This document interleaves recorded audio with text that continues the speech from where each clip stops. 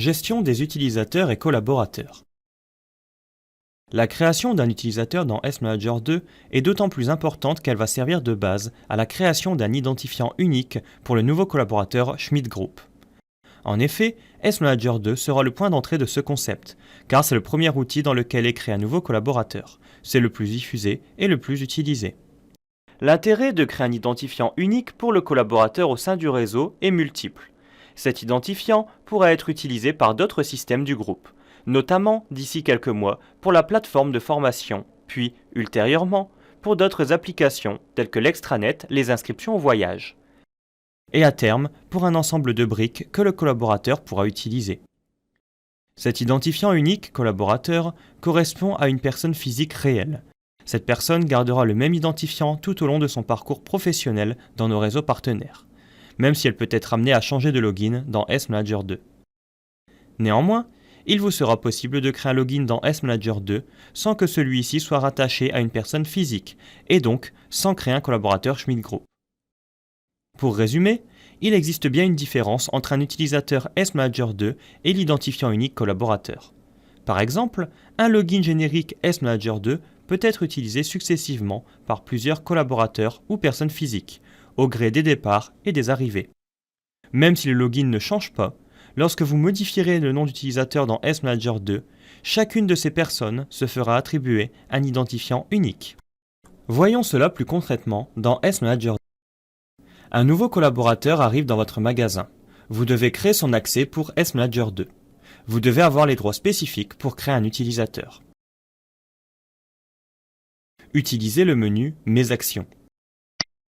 Puis choisissez « Paramétrage ». Enfin, « Gestion des utilisateurs ». La liste des utilisateurs existants apparaît.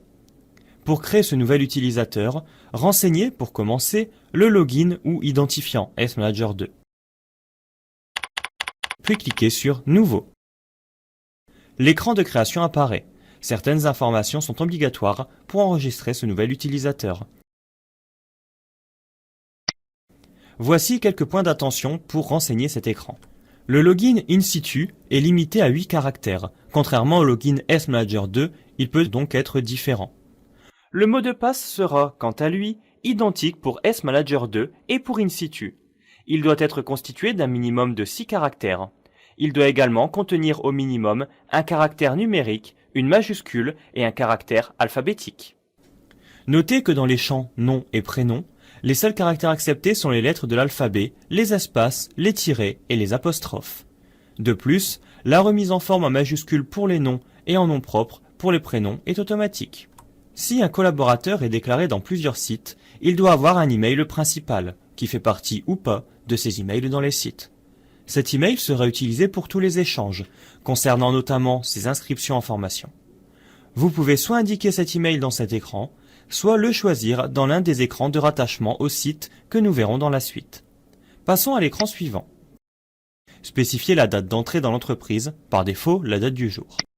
Choisissez le nom d'un parrain, qui pourra voir sur son tableau de bord les chiffres de son filleul dans le cas d'un vendeur. Dans le bloc paramètres, vous choisissez la fonction de cet utilisateur. Ce choix de la fonction est primordial car il va définir un ensemble de droits spécifiques sur l'application pour cet utilisateur.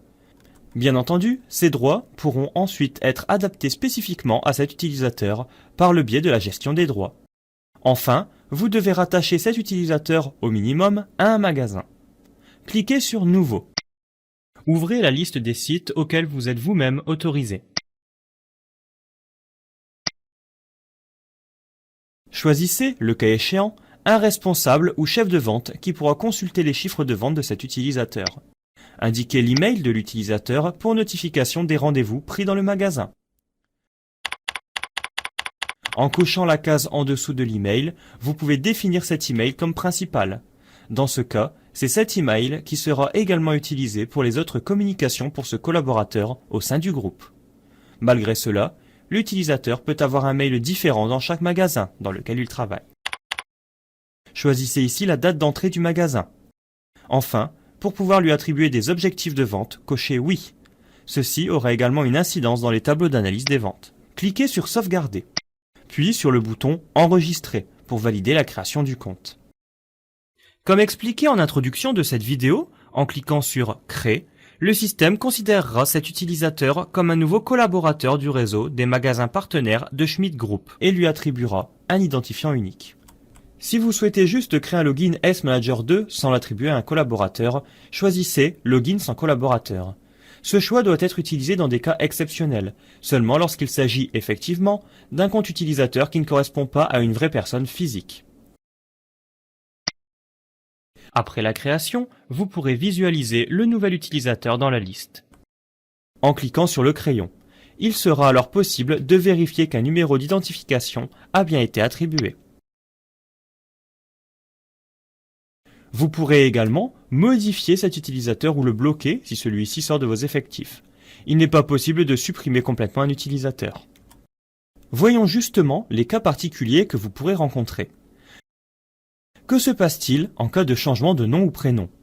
Il peut arriver que l'un de vos collaborateurs change de nom, dans le cas d'un mariage par exemple, ou même de prénom. Il peut arriver également que l'un des logins génériques que vous utilisez change de titulaire. Par exemple, le titulaire du login Assistant 02 part et son ou sa remplaçante arrive.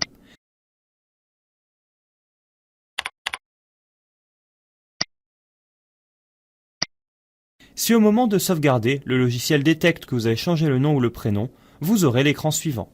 Selon la situation, vous pourrez choisir entre créer un nouveau collaborateur, cela signifie que c'est une personne différente. Renommer le collaborateur existant, cela signifie qu'il s'agit de la même personne. Autre cas que vous pourriez rencontrer, le cas d'un homonyme. Lors de la modification ou la création d'un utilisateur, le logiciel fait une recherche dans l'ensemble des collaborateurs du réseau, répertoriés dans S-Manager 2. S'il trouve un homonyme, plusieurs choix vous seront alors proposés. Le rattachement.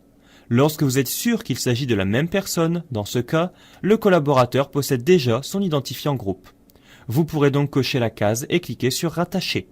Si vous survolez le symbole I en bleu, le système vous donne la liste des sites dans lesquels le collaborateur a été trouvé. La création. S'il s'agit réellement d'un homonyme, la création permettra au système de créer un nouveau collaborateur et attribuera l'identifiant unique.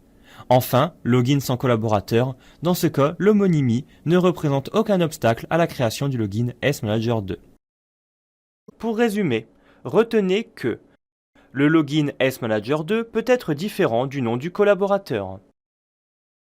Un collaborateur se voit attribuer un identifiant unique qui le suivra tout au long de sa carrière au sein du réseau des magasins partenaires de Schmidt Group.